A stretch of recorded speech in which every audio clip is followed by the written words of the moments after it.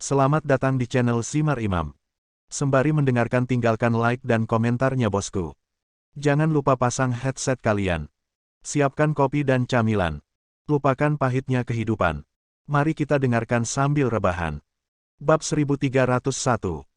Ruangan gelap itu dipenuhi dengan permusuhan. Ada tekanan yang menyesakkan hingga membuat keempat pelaku dan pasangan tersebut tidak bisa bernapas. Mereka mengira mereka juga orang jahat, tetapi saat ini mereka sangat takut bahkan tidak berani menatap mata pria di depan mereka. Chen Feng berdiri di depan pintu, mengertakkan gigi, tidak mampu menenangkan amarahnya. Jika anak buah Lin Xiao tidak memastikan lokasi kelompok pedagang ini pada saat kritis, dia tidak dapat membayangkan apa yang akan terjadi pada Xiao Lingdang. Kalian sekelompok binatang buas dan bajingan, kalian tidak memiliki rasa kemanusiaan sama sekali. Kalian bisa melakukan apa saja pada anak sekecil itu. Baiklah, hari ini aku akan membiarkan kalian merasakan rasa sakit yang membuat kalian ingin mati. Mereka saling memarahi satu sama lain, seperti suara duka, bergema di ruangan itu. Chen Feng bergerak maju selangkah demi selangkah, dan energi gelap di tubuhnya, merasakan kemarahan tuannya, dilepaskan begitu saja. Setiap langkah yang diambilnya, terdengar suara ledakan yang tajam. Benda-benda di sekitarnya semuanya terhempas. Dan matanya yang merah darah seperti dua lentera merah yang tergantung di neraka, penuh energi kematian Shenren. Ah, aku ingin keluar dari sini. Tertekan oleh momentum Chen Feng, orang-orang ini hampir pingsan. Satu demi satu, mereka bersandar ke dinding, berteriak keras, putus asa dan bingung. Anak keempat menarik istrinya dan langsung berlutut memohon ampun, tolong lepaskan kami. Ngomong-ngomong, kami melanggar hukum. Biarkan polisi menangkap kami dan biarkan pengadilan menghakimi kami. Anda tidak bisa menyiksa kami secara pribadi. Penghakiman. Tidak perlu menghakimi kejahatanmu untuk waktu yang lama. Kamu adalah binatang yang sangat keji, aku secara pribadi akan mengambil tindakan dan membiarkanmu mati dalam penyiksaan dan ketakutan, sehingga aku bisa melampiaskan amarahku. Chen Feng menggerutu giginya dan menggigit kata demi kata, meludahkannya berkeping-keping. Dia berjalan ke tempat tidur, turun, dan meledakkan seluruh tempat tidur. Ah! Beberapa wanita berteriak lagi. Saat ini, Chen Feng adalah iblis di mata mereka. Anak kedua berkata dengan ingus dan air mata, kamu tidak dapat membunuh kami. Bahkan jika kami bersalah, kamu melakukan kejahatan dengan membunuh kami. Kejahatan, saya telah melakukan kejahatan ini hari ini. Kita telah sampai sejauh ini. Di depan beberapa binatang, Chen Feng meraih lengan anak ketiga dan melemparkan anak ketiga ke langit. Dengan kekuatan yang besar, Laosan terbang setinggi beberapa meter. Pada saat jatuh, tangan kanan Chen Feng tiba-tiba bersinar dengan cahaya putih, dan dengan suara mencicit, energi pedang yang menakutkan menembus langsung dari pinggang Laosan. Segera, darah mengalir seperti hujan, dan tubuh Laosan terbelah menjadi dua, jatuh ke tanah. Adegan ini sangat berdarah. Darah mengalir, dan organ dalam Laosan juga mengalir ke seluruh lantai. Orang yang pinggangnya dipotong tidak akan bisa mati dalam waktu singkat dan akan menderita rasa sakit yang luar biasa. Beginilah cara Chen Feng menghukum para penyelundup manusia ini. Bunuh orang, bunuh orang. Adegan ini membuat semua binatang buas ketakutan. Sambil berteriak, mereka semua lari. Pria berjanggut yang baru saja pingsan juga terbangun oleh teriakan tersebut. Baru saja, Chen Feng sengaja menahan kekuatannya, hanya untuk menyaksikan kematian brutal binatang berjanggut lebat ini. Benar saja, lelaki berjanggut yang baru saja bangun tidur itu ketakutan saat melihat lelaki tua berlumuran darah itu terbelah menjadi dua. Matanya terbuka lebar, tungkai dan kakinya kaku, dan dia tidak bisa bergerak sama sekali. Lari. Mata Chen Feng menyipit, dan bilah putih tangan kanannya berputar di telapak tangannya. Tiba-tiba, pedang putih itu terbang keluar. Dengan dua, puff, istri ketiga dan keempat dipotong menjadi dua. Bau darah di ruangan itu semakin kuat. Istri, aku akan bertarung denganmu. Melihat istrinya terbunuh, anak keempat sangat berani, berteriak, dan mendatangi Chen Feng. Chen Feng sangat acuh tak acuh, dan dia melewati Laosi. Segera, seluruh tubuh Laosi terbelah dua oleh energi pedang. Pemandangan mengerikan ini membuat anak kedua ketakutan, kakinya gemetar dan tidak bisa berjalan sama sekali, bahkan pipis di celana. Jangan bunuh aku, jangan bunuh aku. Anak kedua memohon ampun, namun yang didapatnya pada akhirnya adalah kilatan cahaya putih. Segera, tubuhnya merasakan sakit yang tak ada habisnya dan terbelah menjadi dua bagian. Chen Feng, yang berlumuran darah, tidak menunjukkan belas kasihan dan dirasuki oleh dewa kematian. Dengan dua pedang lagi, menantu perempuan kedua dan menantu perempuan tertua yang putus asa semuanya dipotong menjadi dua. Saat ini, hanya bos yang tersisa. Bos itu bersandar di dinding, terengah-engah. Melihat sebagian besar tubuh terpisah di tanah, dengan darah dan organ dalam mengalir ke seluruh tanah, dia merasa seperti hampir kehabisan napas. Apalagi orang-orang yang terbelah dua ini masih hidup dan masih bisa bernapas dan berkedip. Tapi rasa sakit di wajah mereka terlalu berat untuk dia lihat. Mereka yang terbelah dua, jika memiliki vitalitas yang kuat, dapat hidup 2 atau 3 jam, namun selama periode tersebut, mereka akan menanggung rasa sakit yang luar biasa, terutama saat melihat tubuhnya terpisah dan organ dalamnya mengalir keluar. Merasa seperti mereka tidak dapat bertahan hidup. Perasaan tidak bisa mati sangat cocok untuk kalian para binatang buas. Chen Feng berjalan perlahan ke arah pria berjanggut itu dan berkata dengan suara yang sangat dingin. Baru sekarang kemarahan di hatiku sedikit mereda. Tidak, jangan bunuh aku. Kamu bisa melakukan apapun yang kamu ingin aku lakukan. Jangan bunuh aku. Setelah menjadi penjahat sepanjang hidupnya, Big Beard akhirnya menyadari pada saat ini bahwa kejahatannya tidak ada apa-apanya dibandingkan dengan keganasan dari pria di depannya. Ini adalah pertama kalinya dalam hidupnya dia merasa takut. Untuk pertama kalinya, saya merasa putus asa. Mata Chen Feng tetap seram, dan dia bertanya dengan suara yang dalam, dari mana kamu menculik Xiao Lingdang? Kemana ibu Xiao Lingdang pergi? Akan kukatakan, bisakah kamu membiarkan aku hidup? Pria berjanggut itu gemetar. Bertanya. Cahaya pedang di tangan kanan Chen Feng muncul kembali, dan dengan keras, telinga kiri berjanggutnya terpotong. Ah! Pria berjanggut itu menjerit, dan sisi kiri wajahnya dengan cepat berlumuran darah. Apakah kamu pikir kamu memenuhi syarat untuk menegosiasikan persyaratan denganku? Chen Feng berkata dengan acuh tak acuh, tanpa emosi di matanya. Pria berjanggut itu tampak galak, lalu menahan rasa sakit dan berkata, saya berkata, kami berada di Tianfu, dan kami bertemu dengan seorang wanita cantik dan seorang anak yang sedang memungut sampah di jalan. Saya berjalan ke atas untuk berbicara dengannya, dan wanita itu berkata dia ingin mencari seorang pria bernama Chen Feng. Saya berpura-pura mengenal pria Chen Feng, dan membawanya untuk menemukan Chen Feng itu. Di tengah makan, saya menculik anak itu dan melarikan diri dari pintu belakang hotel. Setelah mendengarkan cerita pria berjanggut itu, kemarahan di wajah Chen Feng menjadi serius lagi. 1 poin. Mengambil sampah. Jing Shui adalah seorang gadis sederhana yang tidak memiliki pemahaman tentang dunia, dan dia hanya memungut sampah. Selain itu, saya tidak tahu seberapa besar keputusasaan yang dialami Jing Shui setelah Xiao Lingdang diculik. Dia memaksa dirinya untuk menahan emosinya dan bertanya, kapan itu terjadi? 2 bulan yang lalu. Pria berjanggut itu melirik Chen Feng dengan takut-takut. Seluruh tubuhnya gemetar, dan Chen Feng menghela napas panjang.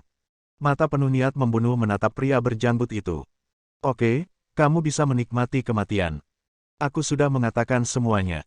Pria berjanggut itu cemas dan melambaikan tangannya dengan gila, jangan bunuh aku, jangan bunuh aku. Kamu paling pantas mati. Chen Feng menatapnya dengan pandangan. Cahaya putih dingin tiba-tiba muncul. Segera, tangan lambaian pria berjanggut itu dipotong. Perhatikan dirimu baik-baik untuk melihat bagaimana kamu mati. Pedang itu jatuh lagi, dan energi pedang yang menakutkan akhirnya memotong pinggang pria berjanggut itu dan memotong pria berjanggut itu menjadi 2. Bab 1302. Saya tidak tahu apakah itu efek obat bius atau alasan lain, tetapi Xiao Lingdang pingsan. Bai Xian memeluk bel kecil itu dengan lembut, jantungnya menegang karena kesakitan. Anak kecil dan lucu telah sangat menderita. Anak ini baru berusia 3 tahun. Banyak anak berusia 3 tahun yang menjadi harta karun orang tuanya. Xiao Lingdang itu sangat menyedihkan. Para pedagang manusia yang penuh kebencian itu sungguh kejam dan tidak berperi kemanusiaan. Meskipun dia memahami bahwa pelaku perdagangan manusia pada akhirnya harus menerima sanksi hukum, perilaku Chen Feng agak keterlaluan. Tapi dia bukan orang yang kaku, dia memahami suasana hati Chen Feng saat ini dengan sangat baik dan mendukung pendekatan Chen Feng. Membawa para pedagang ini ke pengadilan merupakan sebuah penistaan terhadap anak-anak ini. Karena hukum, sangat mungkin hewan-hewan ini dapat bertahan hidup. Lin Xiao mondar-mandir, merasa sedikit tertekan. Secara logika, dia harus menghentikan Chen Feng, lagi pula perilaku Chen Feng saat ini juga ilegal. Namun, dia memahami karakter Chen Feng, dan tidak ada yang bisa menghalangi Chen Feng saat ini. Tindakan mendirikan ruang penyiksaan pribadi seperti itu hanya dapat dilakukan secara diam-diam. Saat semua orang menunggu, Chen Feng akhirnya keluar dari ruangan. Dia berlumuran darah, dan matanya masih seperti pembunuh, yang membuat orang terlihat menakutkan. Tapi ketika dia melihat Xiao Lingdang di pelukan Bai Xian, mata merah darahnya langsung melembut. Dia melangkah maju dan ingin mengambil Xiao Lingdang dari pelukan Bai Xian. Tetapi dia menemukan bahwa tubuhnya berlumuran darah, dan dia takut darah itu mengenai tubuh Xiao Lingdang. Dia bingung untuk beberapa saat, dan tatapan kusutnya membuat orang merasa tertekan. Saudara Chen, biarkan aku memeluknya. Melihat ekspresi bingung Chen Feng, Bai Xian berkata kepada Chen Feng dengan sangat serius. Chen Feng tampak lega. Dia mengangguk dan berkata, oke. Tanpa menyentuhnya, dia menjulurkan kepalanya dan melihat Xiao Lingdang yang tertidur dengan hati-hati. Wajah tembem dan hidung mancung. Meski matanya tertutup, bulu matanya sangat panjang. Terlihat Xiao Lingdang itu sangat lucu dan cantik, dan dia pasti akan cantik di masa depan. Saat dia menyaksikan, semua permusuhan di tubuh Chen Feng menghilang. Dia tersenyum pada Xiao Lingdang dan ingin memanggil nama Xiao Lingdang, tapi dia takut membangunkan Xiao Lingdang. Dia membuka mulutnya dengan bodoh dan terus mengerang pelan. Bai Xian memandang Chen Feng, pada saat ini, dia telah lama kehilangan kesombongan dan kepercayaan diri sebelumnya dan hanyalah seorang ayah biasa. Seorang ayah yang mencintai putrinya. Kasih sayang seperti ini wajar saja.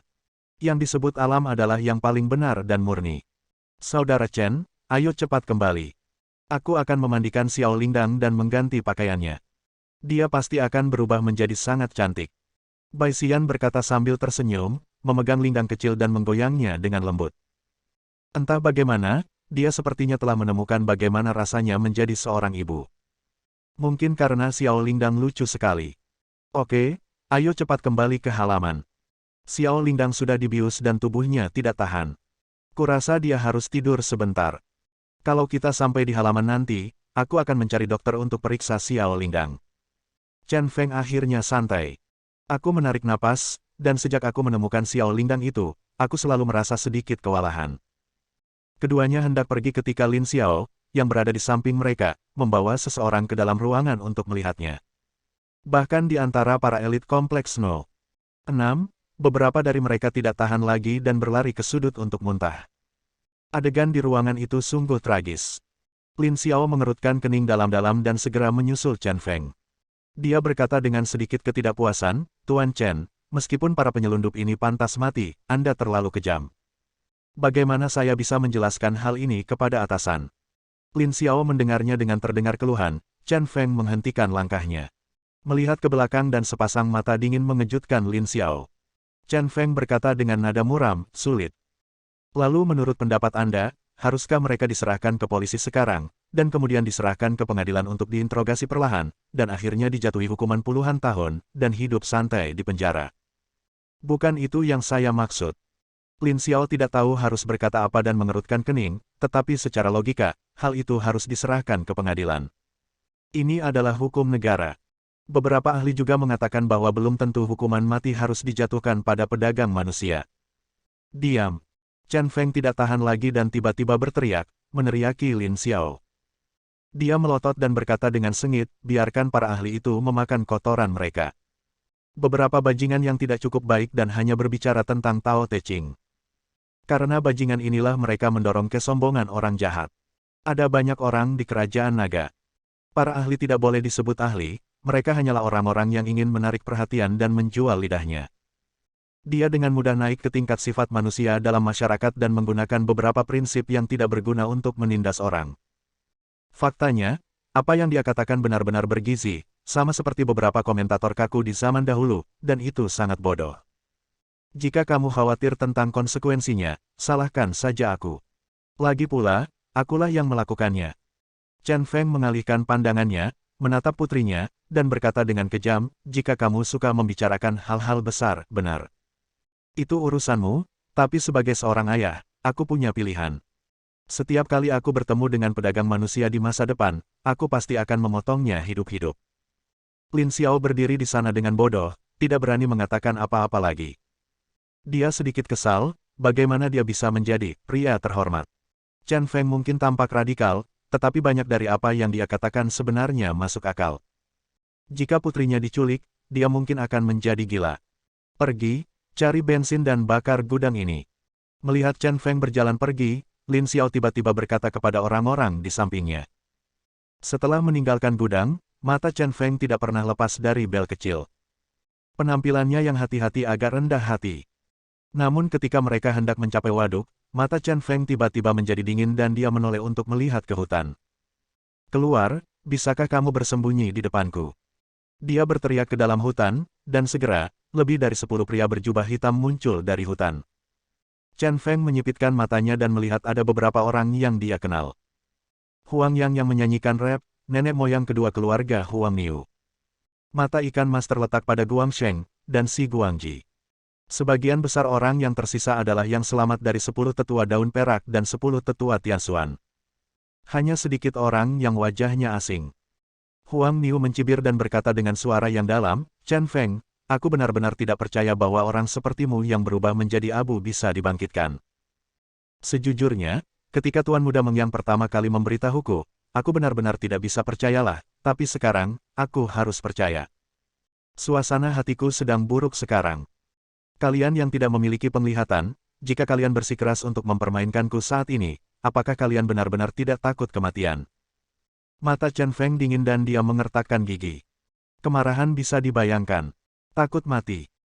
Huang Niu mendengus dingin, jika kita bertarung sendirian, kita mungkin bukan lawanmu, tapi hari ini, 4 orang luar biasa kita semuanya dalam kondisi puncak, ditambah lebih dari selusin master kuat yang membantu kita. Bab 1303. Huang Niu sangat yakin bahwa dia akan membunuh Chen Feng kali ini. Meski Chen Feng tampil bagus dalam pertarungan melawan Ji Meng yang 4 tahun lalu. Tetapi sulit bagi dua tinju untuk mengalahkan 4 tangan Jiu Qiansui dikalahkan hari itu, yang merupakan contoh yang baik. Di pihak mereka, ada 2 orang luar biasa tingkat menengah dan 2 orang luar biasa junior. Ditambah dengan lebih dari selusin master yang kuat, Chen Feng pasti tidak memiliki peluang untuk menang dalam pengepungan. Chen Feng, yang sedang dalam mood yang buruk, benar-benar tidak menyangka kalau Ji Meng yang ini sebodoh itu. Apakah Anda pikir Anda bisa mengalahkannya dengan mengirimkan 4 orang yang luar biasa? Dia berkata kepada Bai Xian dan Bai Lang, kalian, mundurlah dan mundur ke tempat yang aman. Saya akan mengambil nyawa anjing-anjing tua ini. Jika ada berani mengganggu saya saat ini, bahkan dewa pun tidak dapat menyelamatkan mereka. Saudara Chen, hati-hati. Bai Xian memeluk Xiao Lingdang itu erat-erat dan melangkah mundur. Dia mengerti betul bahwa satu-satunya hal yang bisa dia lakukan sekarang adalah tidak menjadi beban bagi Chen Feng. Bai Lang awalnya ingin membantu, tapi dia tahu bahwa melindungi Bai Xian dan Xiao Lingdang lebih penting, jadi dia mengikuti perintah Chen Feng dan mengantar Bai Xian kembali. Saat ini, Lin Xiao juga bergegas keluar gudang. Melihat pertempuran di depannya, dia tiba-tiba mengerti apa yang sedang terjadi dan buru-buru berkata kepada bawahannya, lindungi teman-teman Tuan Chen. 7 atau 8 anggota kelompok ketiga memblokir Bai Xian dan Bai Lang tepat di belakang mereka. Tanpa rasa khawatir lagi, Chen Feng menyipitkan matanya dan berjalan selangkah demi selangkah menuju Calo dan orang lain di samping hutan. Wajahnya suram, dan energi gelap yang menakutkan tiba-tiba muncul di sekelilingnya, dan seluruh dirinya langsung menjadi sangat jahat dan mematikan. 4 tahun yang lalu, kalian para bajingan mencoba membuat masalah denganku satu persatu. Begitu aku kembali, kalian datang ke rumahku lagi. Kalian lalat sialan, kalian pikir kalian sudah terbiasa. Apa kalian benar-benar berpikir tidak ada yang bisa membunuhmu?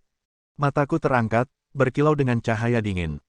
Chen Feng mengerutkan kening dan meraung. Segera, auman naga yang melonjak mengguncang dunia. Momentum yang sangat kuat. Huang Niu diam-diam terkejut, merasa bahwa Chen Feng tampaknya lebih kuat daripada dia 4 tahun lalu. Hal ini membuatnya merasa sedikit tidak nyaman. Tampaknya melihat kekhawatiran Huang Niu, Lai Guangsheng berkata kepada Huang Niu tersebut, Huang tua, jangan terintimidasi olehnya. Kita semua akan pergi bersama. Tidak peduli seberapa kuat dia tidak bisa menjadi lawan kita. Jangan lupa Tuan Muda Meng yang diperintahkan untuk kembali dengan kepala Chen Feng. Huang Niu mengangguk. Kepribadian Ji Mengyang berubah drastis karena pertarungannya dengan Chen Kresi. Kegagalan itu membuatnya semakin radikal dan semakin gila. Saat dia mengetahui bahwa Chen Feng belum mati, dia menjadi marah dan segera mengumpulkan mereka semua. Meski Chen Feng kini memiliki aura pahlawan, beberapa orang besar di Yanjing juga melindungi Chen Feng. Namun kebenciannya pada Chen Feng membuat Ji Mengyang mengabaikan segalanya dan hanya memiliki satu tujuan, yaitu membunuh Chen Feng dengan cara apapun. Memikirkan hal ini, dia juga memantapkan gagasan untuk mengepung dan membunuh Chen Feng. Dia menyipitkan matanya dan berkata kepada Chen Feng, "Chen Feng, berhenti bicara omong kosong. Waduk ini adalah tempat di mana mayatmu akan dikuburkan." Dengan teriakan marah, 10 banyak orang mengepung dan membunuh Chen Feng. Tidak apa-apa, setelah mencapai puncak kekuatanku yang luar biasa, aku tidak pernah berusaha sekuat tenaga. Gunakan kepala kalian orang tua untuk mencoba kekuatan tempurku saat ini. Ada gelombang auman naga, dan pelindung udara yang tebal menyelimuti tubuh Chen Feng. Selain perlindungan udara yang kuat ini, ada lapisan perlindungan udara gelap lainnya yang berayun dengan padat. Bunuh. Huang Niu, Huang Yang, Lai Guangsheng dan Si Guangji bergegas ke depan. Mereka menggunakan gerakan khusus mereka untuk bergegas menuju Chen Feng. Tapi Chen Feng tidak setuju dan mencibir. Dia benar-benar menginjakkan kakinya di atas kuda, diam, menunggu serangan. Jangan melebih-lebihkan kemampuanmu. Segera, gerakan keempat orang itu mengenai Chen Feng. Tapi saat mereka pertama kali berhubungan dengan Chen Feng, ekspresi mereka berempat berubah drastis. Dengan kekuatan bertarung mereka, dengan seluruh kekuatan mereka, mereka sepenuhnya diblokir oleh perlindungan Qi Chen Feng. Perlindungan udara yang tebal itu seperti gunung yang tinggi, sama sekali tidak tergoyahkan. Minum. Pada saat ini, Chen Feng memfokuskan matanya dan berteriak keras. Energi gelap yang menakutkan dilepaskan secara sembarangan, secara langsung menjatuhkan keempat orang luar biasa itu kembali. Bagaimana mungkin? Seberapa jauh kekuatanmu telah tercapai? Huang Niu, yang terlempar ke belakang, menatap Chen Feng dengan tidak percaya. Dengan kekuatan menengahnya yang luar biasa, dia tidak mampu mengguncang Chen Feng sama sekali, dan dia bahkan tidak bisa menembus perlindungan udara lawan. Ini hanya menunjukkan bahwa kekuatan Chen Feng jauh lebih unggul darinya. Hanya ada satu jawaban, puncaknya luar biasa. Itu sudah menjadi eksistensi yang terdepan di seluruh dunia. Sepanjang hidupnya, dia tidak pernah mampu menyentuh puncak transendensi. Tapi dia tidak menyangka Chen Feng akan mencapai kekuatan luar biasa. Alam apa? Tanyakan pada Raja Neraka jika kamu mati. Dengan kata dingin, sebilah pedang putih tiba-tiba muncul di tangan kanan Chen Feng. Seluruh orang itu terbang dengan liar, dan tanah di bawah kakinya mengeluarkan ledakan, dan lubang besar dibuat dengan cara diinjak. Pertempuran akhirnya dimulai. Saya melihat sosok Chen Feng berlari seperti pesawat ulang-alik melewati kerumunan yang padat. Kemanapun dia pergi, cahaya putih menyala dan sosok-sosok terbang keluar. Kekuatan bertarungnya yang menakutkan membuat lusinan orang ini tidak berdaya. Pertarungan sengit itu berlangsung sekitar 7 atau 8 menit, dan 4 dari 10 prajurit tua sudah tergeletak di tanah, tidak bisa bergerak. Namun setelah bertarung sekian lama, Chen Feng tidak mengalami kerusakan sama sekali. Sangat halus dan tidak terlihat.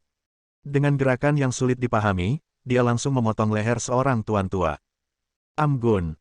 Kemudian, tembakan lain dari Amgun menghempaskan seorang lelaki tua. Tai San Kao. Tai San Kao yang mendominasi menyebabkan seorang lelaki tua menghantam reservoir dengan keras. Semakin banyak orang melawan calo, semakin sedikit orang yang ada. Chen Feng tampak santai dan puas dari awal hingga akhir, seolah-olah dia bahkan tidak mengerahkan kekuatan penuhnya. Huang Niu menjadi semakin tidak sabar, dia mencoba berkali-kali, tetapi masih tidak dapat menembus perlindungan Qi Chen Feng. Dengan memutar matanya, dia tiba-tiba mundur beberapa langkah dan berteriak kepada semua orang, mundur. Setelah memukulinya dalam waktu yang lama, dia bahkan tidak menyentuh rambut lawannya, jadi pukulan yang luar biasa. Huang Yang dan lainnya, yang masih bertarung sengit, mundur setelah mendengar perintah tersebut. Memang benar, setelah pertempuran singkat, mereka telah menyadari fakta bahwa kekuatan tempur Chen Feng benar-benar tak tertandingi oleh mereka. Jika Anda tidak pergi, hidup Anda akan benar-benar hilang. Mundur. Tidak ada yang bisa pergi. Jari angin spiritual. Sosok itu seperti hantu, dan Chen Feng seperti hantu, mendekati musuh dengan cepat. 4 gerakan jari angin spiritual berturut-turut menjatuhkan keempat lelaki tua itu ke tanah. Sekarang hanya tersisa 4 orang, Huang Niu, Huang Yang, Lai Guangsheng dan Si Guangji. Sudut mulutnya sedikit terangkat, dan matanya seterang api. Kekuatan ledakan dari orang yang lincah membuatnya sangat cepat. Dan kemudian, saya tidak tahu gerakan apa yang digunakan Chen Feng, dan energi gelap yang menakutkan naik ke langit. Dunia sepertinya diselimuti oleh tekanan yang menakutkan. Pada saat itu, di mata Lin Xiao, Bai Xian dan Bai Lang, Chen Feng di kejauhan benar-benar mengubah penampilannya. Benar-benar iblis. Diiringi semburan suara ratapan, dunia kembali tenang. Setelah beberapa saat, saya melihat tangan kiri dan kanan Chen Feng, masing-masing memegang dua kepala, berjalan kembali dengan santai. Pada saat itu, Lin Xiao membeku di tempat, tercengang. Lebih dari selusin master yang kuat dan 4 master luar biasa dibunuh oleh satu orang dengan begitu sederhana. Kekuatan tempur macam apa ini? Adegan di mana Chen Feng membunuh keempat orang pada akhirnya telah menjadi mimpi buruk yang berkepanjangan baginya. Ketua tim Lin, dan anggota tim Anda, saya tidak ingin siapapun memberitahu siapapun tentang semua yang terjadi hari ini, jika tidak, saya akan sangat marah. Chen Feng berkata dengan dingin sambil melemparkan keempat kepala itu ke tanah. Bab 1304. Sekarang, jika Chen Feng lugas dan percaya diri, dia berada di puncak kekuatan tempur dunia. Keterampilan nasional tradisional lagu naga emas dan penyegelan tulang saling melengkapi. Dia kini telah melatih lagu naga emas secara ekstrim, tidak hanya membuat perlindungan ki-nya sekuat gunung, tetapi juga membiarkan semua segel tulangnya terbuka tanpa efek samping apapun. Kekuatannya meningkat pesat, mencapai puncak yang luar biasa. Selain itu, dua skill nasional legendaris yaitu Infernal Devil Cry dan Song of Dead Bones juga membuat kekuatannya semakin mengerikan. Ditambah dengan fakta bahwa dia adalah orang yang sangat sensitif, kekuatan ledakan dan kekuatan reaksinya yang mengerikan sudah mendekati batas kemampuan manusia. Selain itu, ada bilah putih di tangan, dan bilahnya tidak terkalahkan. Kekuatan nyata ini dapat menghancurkan seluruh dunia. Namun saat dia membunuh keempat orang tadi, untuk mencegah mereka berhamburan dan kabur, dia menggunakan trik yang jarang dia gunakan tanpa syarat. Jurus ini baru digunakan 3 kali sejak dia mempelajarinya. Merupakan suatu kehormatan bagi keempat orang ini untuk mati dalam tindakan ini. Setelah menyaksikan kekuatan tempur Chen Feng yang menakutkan, Lin Xiao jatuh ke dalam ketakutan yang mengintimidasi untuk waktu yang lama. Jauh di lubuk hati, hanya ada 2 kata yang tersisa untuk kesan Chen Feng. Iblis, takut. Dia meminta anak buahnya untuk menutup tempat kejadian, menemukan mayat lebih dari 10 orang, dan melemparkan mereka ke gudang. Tuangkan bensin dan semuanya terbakar. Setelah selesai, dia sekali lagi memberikan peringatan yang sama seperti Chen Feng kepada bawahannya. Artinya tutup mulut dan rahasiakan. Kalau pulang nanti Bai Lang yang menyetir. Bai Xian duduk di kursi belakang, memegang Xiao Lingdang. Chen Feng juga duduk di kursi belakang, tidak bergerak, menatap anaknya. Setiap kali dia memikirkan penderitaan yang diderita Xiao Lingdang, hatinya terasa seperti pisau. Setelah berjalan dalam waktu yang tidak diketahui, dia mengeluarkan ponselnya dan menelepon Luo Rongyan. "Hei, orang gila, apakah kamu merindukanku?" Suara menawan Luo Rongyan datang dari sisi lain. Tapi Chen Feng berkata dengan serius, "Rongyan, ada hal yang sangat penting untuk kamu lakukan. Kamu segera mengirimkan orang-orang yang dapat diandalkan untuk mencari Jing Sui secara diam-diam di Tianfu." Jing Sui muncul di Tianfu 3 bulan lalu. Jika ada petunjuk tentang Jing Sui, segera beritahu saya. Kemungkinan besar saya akan pergi ke Tianfu dalam beberapa hari ke depan. Luo Rongyan sangat cerdas dan tahu bahwa masalahnya serius, jadi dia berhenti bersikap sok dan berkata dengan tergesa-gesa, "Saya mengerti orang gila itu, saya pribadi akan mengajak orang untuk menyelidikinya. Jika ada berita, saya akan memberitahu Anda sesegera mungkin." "Oke, terima kasih," kata Chen Feng lembut. "Jangan ucapkan terima kasih kepadaku di masa depan." Luo Rongyan menutup telepon. Chen Feng meletakkan teleponnya dan bersandar di kursinya dengan tatapan kusam. Perlahan-lahan menyesuaikan emosinya, dia memilah kejadian beberapa hari terakhir secara detail. 4 tahun lalu, Ji Jiuyin menyelamatkan Jing Sui yang terluka parah di Yuntangmen. Dia berpikir untuk menggunakan Jing Sui untuk menyanderanya, jadi dia membawa Jing Sui kembali untuk dirawat dan membuat perjanjian 4 tahun dengannya, berharap menggunakannya untuk membunuh Ji Mengyang dan Ji Yunfan. Ji Jiuyin, yang awalnya ingin menggunakan Jing Sui sebagai sandera, secara tidak sengaja mengetahui bahwa Jing Sui sedang hamil. Mengetahui pentingnya anak tersebut, dia meminta Jing Sui untuk melahirkan anak tersebut sehingga dia dapat menggunakan 2 sandera untuk mengendalikan dirinya di masa depan. Rencana awal hampir menjadi kenyataan, Ji Yunfan tewas dan Ji Mengyang terluka parah, namun di saat kritis, ia terbunuh oleh bom.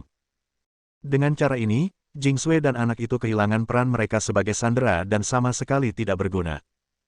Belum lama ini, karena alasan yang tidak diketahui, Jingsui dan anaknya meninggalkan situs suci dan kembali ke kerajaan naga. Karena Jingsui tidak tahu bahwa dia telah memalsukan kematiannya, dia membawa anaknya ke Tianfu untuk mencari ayahnya. Karena sifatnya yang tidak peduli dengan urusan duniawi, Jingsui dan anak-anaknya terpaksa mencari nafkah dengan memunguti sampah. 3 bulan lalu, Jingsui ditipu oleh kelompok pedagang ini dan menculik Xiao Lingdang. Xiao Lingdang mengikuti para pedagang manusia dan berkeliaran di seluruh negeri, mengemis untuk mencari nafkah. Beberapa hari yang lalu, ketika berita kembalinya dia ke kerajaan naga menyebar, Ji Jiuyin segera bergegas untuk merundingkan kembali kerjasama dan menyembunyikan berita bahwa Jingsui dan Xiao Lingdang telah meninggalkan situs suci. Di sisi lain, Ji Jiuyin menggunakan kekuatannya sendiri untuk mencari Jingsui dan Xiao Lingdang di seluruh negeri. Secara kebetulan, dia mengetahui masalah ini dari mulut Lu Cuisan, mengungkap fakta bahwa Jingsui dan Xiao Lingdang hidup di dunia. Lalu ada insiden penyelamatan berikutnya. Tapi Huang Niu dan lainnya tidak ada hubungannya dengan insiden Xiao Lingdang itu.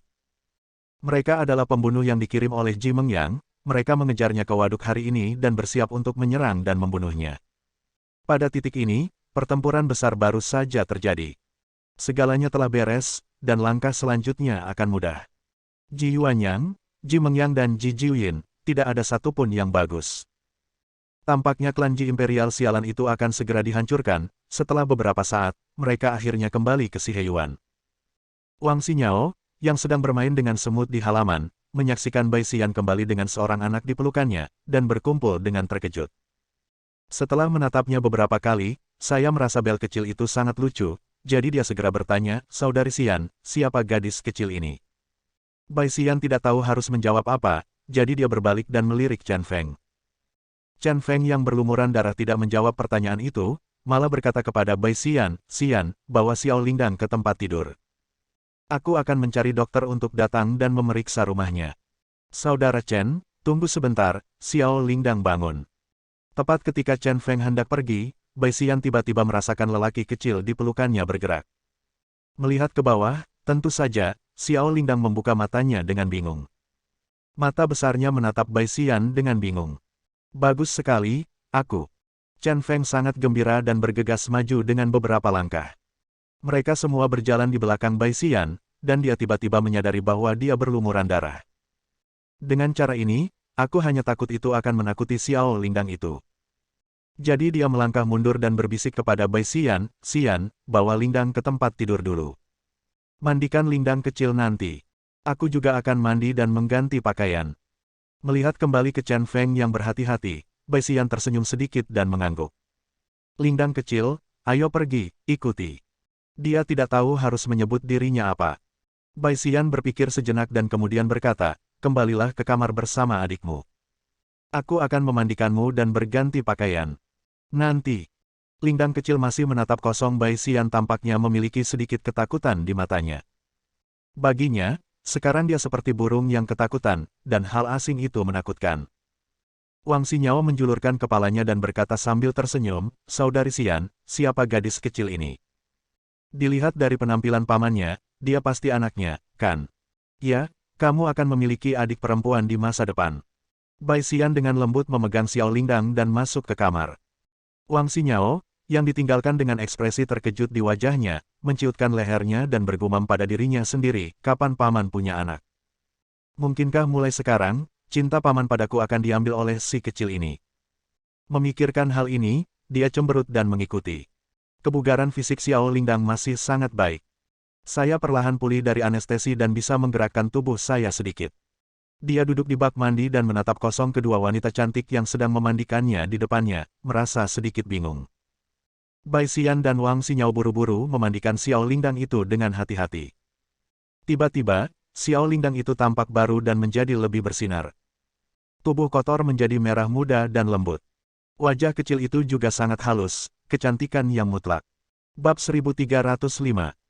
Bai Xian pergi ke jalan dan membeli banyak makanan ringan dan mainan, serta beberapa pakaian gadis kecil. Saya memilih gaun putri merah muda dan memakainya di Xiao Lingdang. Tubuh Xiao Lingdang sangat kurus, dan pakaiannya, yang awalnya berukuran pas, tampak agak longgar. Duduk di depan cermin, Bai Xian dengan hati-hati menyisir rambut Lingdang kecil dan mengikatnya menjadi kepang kecil yang lucu. Tanpa halangan rambut, penampilan halus dan cantik Xiao Lingdang benar-benar tersorot. Xiao Lingdang, kamu cantik sekali. Kakak, ayo kita bawa kamu keluar. Membawa Xiao Lingdang keluar dari kamar mandi dan masuk ke ruang tamu, Bai Xian membuka sebungkus coklat lagi dan menjejalkannya ke tangan Xiao Lingdang. Anak kecil yang lucu. Boneka ini untukmu. Wang Xinyao, bersemangat, mengambil boneka merah muda dan memberikannya kepada Xiao Lingdang. Ini bisa dikatakan sebagai hadiah pertemuan untuk Xiao Lingdang dari kakaknya. Rumah yang hangat dan bersih, coklat dan boneka di tangan, dan wajah tersenyum hangat dari dua kakak perempuan. Mata besar Xiao Lingdang memandang semua ini dengan tatapan kosong, tapi mereka tertegun. Pikiran kecilnya sedikit kewalahan. Setelah penderitaan yang luar biasa, tiba-tiba Anda mengalami kebaikan yang luar biasa, sangat sulit untuk beradaptasi dengan cepat. Karena dia sangat ketakutan, semua yang ada di hadapannya, seperti lukisan yang dia gambar di kertas putih sebelumnya, hanyalah mimpi dan tidak nyata. Di mana beruang kecilku? Lingdang kecil akhirnya berbicara dengan suara seperti susu. Ada sikap keras kepala di matanya dan nada pengecut dalam suaranya. Beruang kecil. Wang Xinyao tanpa sadar melihat ke tempat sampah di sudut. Boneka beruang kuning itu tergeletak di tempat sampah dengan kepala dimiringkan. Karena terlalu kotor dan usang, saya berpikir untuk membeli yang baru, jadi saya membuang beruang kecil itu. Xiao Lingdang juga melihat beruang kecil di tempat sampah, melompat turun dari sofa, dan dengan lembut meletakkan coklat dan boneka di tangannya di atas meja. Dengan mata tegas dan langkah kecil, dia mendatangi tempat sampah, mengambil beruang kotor dari tempat sampah, dan menggendongnya. Saat dia memeluk beruang kecil itu, dia sepertinya telah menemukan dukungan dan rezeki. Ada sedikit kecerahan di matanya yang besar. Anak kecil, boneka yang kuberikan padamu tidak sekotor yang ini. Xinyao. Wang Xinyao cemberut dan berbicara pada Xiao Lingdang dengan bingung. Namun di tengah pembicaraan, dia dihentikan oleh Bai Xian. Melihat Xiao Lingdang yang memegang beruang kecil itu, hati Bai Xian sakit. Dia mengerti bahwa saat ini, tidak ada apapun di hati Xiao Lingdang yang bisa menandingi boneka yang pernah menemaninya. Xian, bolehkah aku masuk? Suara Chen Feng datang dari luar rumah. Dia mencuci darah di tubuhnya dan berganti pakaian bersih. Saya sedikit gugup dan ragu-ragu untuk waktu yang lama sebelum bertanya dengan suara keras. Saya belum pernah begitu gugup dalam hidup saya. Bagaikan seorang aktor yang baru pertama kali tampil di atas panggung, detak jantungnya berdebar kencang dan dia tidak tahu bagaimana menghadapinya. Saudara Chen, masuk. Bai Xian menjawab, mengedipkan mata pada Wang Xinyao, dan menarik Wang Xinyao keluar ruangan. Waktu berikutnya sangat berharga dan harus disediakan untuk ayah dan anak perempuan yang bersatu kembali. Melewati Bai Xian dan Wang Xinyao, Chen Feng perlahan masuk ke kamar. Saat dia melihat Xiao Lingdang itu lagi, dia terkejut. Xiao Lingdang sangat cantik dan lembut, tapi yang paling mengejutkannya adalah Xiao Lingdang duduk di sana tanpa ekspresi, dan temperamennya persis sama dengan Jing Sui. Melihat lebih dekat, ekspresi di antara alisnya persis sama dengan ekspresi Jing Sui. Ini hanyalah versi ringkas dari Jing Sui. Dia berjalan perlahan menuju bel kecil dengan langkah lembut, lalu berjongkok. Pria besar, angkat kepalamu. Orangnya kecil, tapi menunduk. Pada saat itu, mata kedua orang itu bertemu, dan mereka benar-benar terhubung oleh kasih sayang yang hangat. Xiao Lingdang. Suara Chen Feng tercekat oleh isak tangis, dan tangan kanannya yang gemetar menyentuh wajah gemuk Xiao Lingdang. Emosi mengalir satu demi satu, sangat bergejolak. Dia terus berpikir dalam hati, ini anakku, ini anakku. Pulang, pulang. Aku ingat kamu. Baru saja, ketika aku merindukan ayahku, kamu muncul dalam cahaya putih. Apakah kamu ayahku? Suara kekanak-kanakan Xiao Lingdang seperti pisau, menusuk hati Chen Feng. Dia tidak tahan lagi, memeluk lonceng kecil, dan berkata berulang kali, ya, saya ayah, saya ayah, saya ayah. Merasakan kehangatan ayahnya, bersandar di bahu Chen Feng, Xiao Lingdang bertanya, maukah kamu bekerja keras untuk mendapatkan uang guna menghidupiku? Aku akan melakukannya. Maukah kamu membelikanku makanan lezat? Aku akan melakukannya. Akankah kamu mengirimku ke sekolah? Aku akan melakukannya. Ketika seseorang menindasku, maukah kamu melindungiku? Aku akan melakukannya, tidak ada yang akan menindasmu lagi. Terima kasih, ayah. Aku sudah memastikan, kamu adalah ayahku. Pada saat itu, mata Chen Feng sudah basah. Dan ketika bel kecil itu meneriakkan kata, ayah, seluruh tubuhnya gemetar. Xiao Lingdang, Ayah akan melindungimu seumur hidupmu dan pasti tidak akan membiarkanmu terluka sedikit pun lagi. Cinta keluarga terkadang merupakan hal yang indah. Jika kita mempunyai hubungan darah, kita akan merasakan kehangatan satu sama lain dan menjadi dekat satu sama lain. Tidak, setelah bergaul beberapa saat, Xiao Lingdang akan tersenyum, saat dia memegang tangan Chen Feng, matanya dipenuhi dengan kebahagiaan. Dia akan bersandar pada Chen Feng, memegang kaki Chen Feng, dan menarik pakaian Chen Feng. Gerakan-gerakan ini sepertinya familiar dan sudah dipraktikkan oleh anak usia 3 tahun. Namun saat menghadapi Bai Xian dan Wang Xinyao, Xiao Lingdang masih akan sedikit pendiam dan pemalu. Pada akhirnya, setelah bersamanya hampir sepanjang hari, pertahanan defensif itu perlahan memudar. Chen Feng menjadi ayah super, membeli susu bubuk, dan secara pribadi menyiapkan makanan bergizi untuk Xiao Lingdang. Kemudian dia sangat perhatian dan memberi makan Xiao Lingdang itu satu persatu. Selama proses kontak, Chen Feng menemukan bahwa meskipun Xiao Lingdang baru berusia 3 tahun, dia sangat mandiri dan berperilaku baik sehingga sangat memilukan. Xiao Lingdang bisa memindahkan bangkunya sendiri, pergi ke toilet sendiri, dan mencuci piring secara alami setelah makan. Hampir semua yang bisa saya lakukan, saya akan melakukannya sendiri.